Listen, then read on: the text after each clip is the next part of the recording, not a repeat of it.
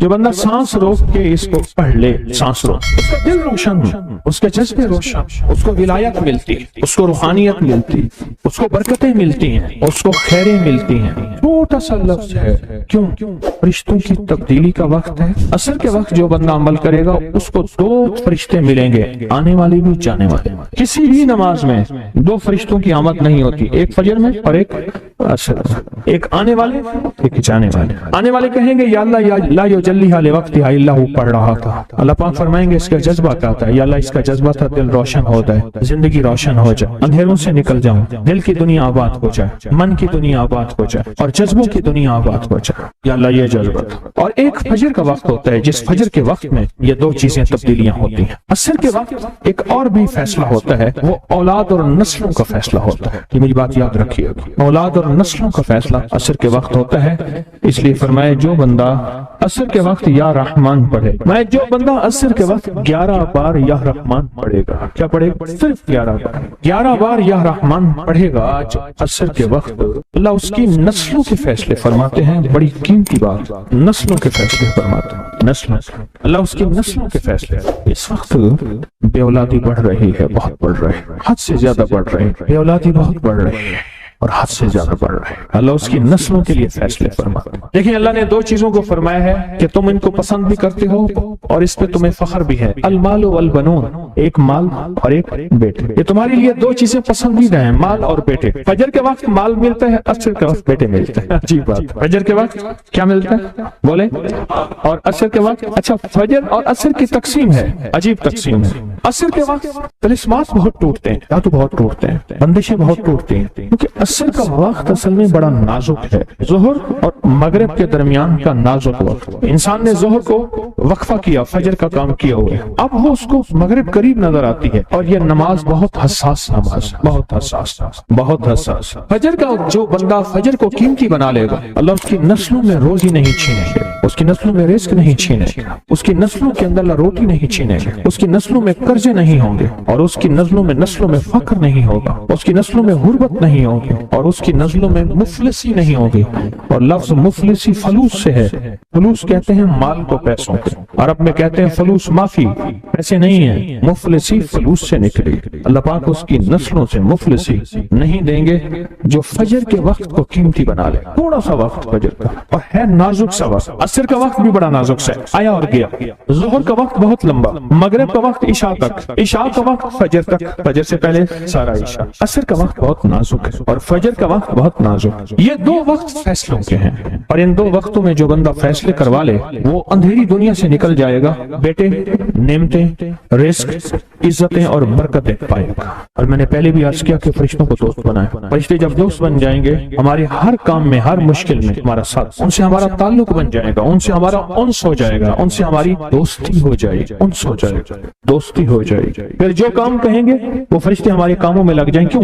اللہ نے فرشتے بنائے اس لیے ہیں، اور اگر ہم کو ہم کام کہہ رہے ہیں تو یہ شرک نہیں ہے، اللہ نے تو بنائی ہماری خدمت کے لیے ہے۔ مثلا ایک بندہ اپنے کسی خادم کو کہتا ہے مجھے پانی پلا دے، تو ساتھ بیٹھا کہتا ہے کہ شرک کر رہا ہے۔ کیوں؟ تجھے تو اللہ سے پانی مانگنا تو بندے سے مانگ رہا ہے، تجھے تو اللہ سے مانگنا تھا، بندے سے کیوں مانگ رہا ہے؟ وہی اللہ نے اس بندے کو میری خدمت کے لیے مقرر کیا ہے، میں اس سے اگر مانگ رہا ہوں میں مجرم تو نہیں ہوں۔ عصر کے وقت کو قیمتی بنا اور فجر کے وقت کو قیمتی بنا۔ فجر کے جو لمحات ہیں، یہ فجر کے جو لمحات ہیں یہ رزق کے لیے بہت زبردست ہیں، اور رزق روحانی اور رزق جسمانی۔